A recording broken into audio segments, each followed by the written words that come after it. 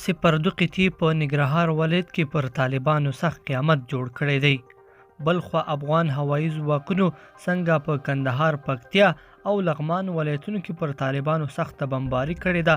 د چې طالبانو ته څومره تلفات اړولي په دې ویډیو کې را سره وګورئ او چینل سبسکرایب کړئ. لیدونکو السلام علیکم، ستړي مشئ. ملي امنیت سپردو قطي اچین ولسوالۍ کې 22 طالبان وژلي. د ننګرهار ولایت په اچین ولسوالۍ پیښدري سیمه کې د تیرې ورځې راهیسې د سپردو ځواکونو د عملیاتو په پایله کې 15 طالبان وژل شوي او 8 تنه نور ټپیان دي.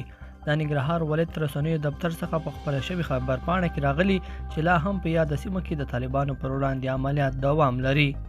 بلخوا د 202 تندر قلي اردو وایي چې افغان ځواکونو تیره شپه د پکتیا په احمد آباد او وزیزدران ولسوالیو کې پر طالبانو هوایي برید کړی چې 6 تنې وژلي او 15 تنه نور یې ورټپیان کړي دي.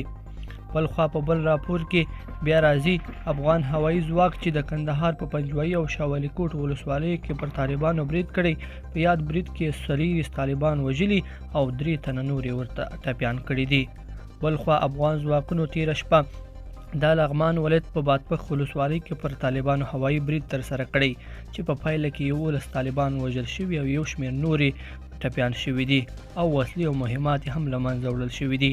باید یادونه وشي چې بیګا شپه د الیشنګ ولسوالۍ کې هم افغان ځواکونو پر طالبانو هوایي برید ترسره کړی چې 19 طالبان پکې وژل شوي دي. لیدونکو په دې هیله چې دا مطلب به مو تر پایه لیدلی وي. که مو دغه ویډیو خوښه شوې ویډیو لایک کړئ او چینل سبسکرایب کړئ.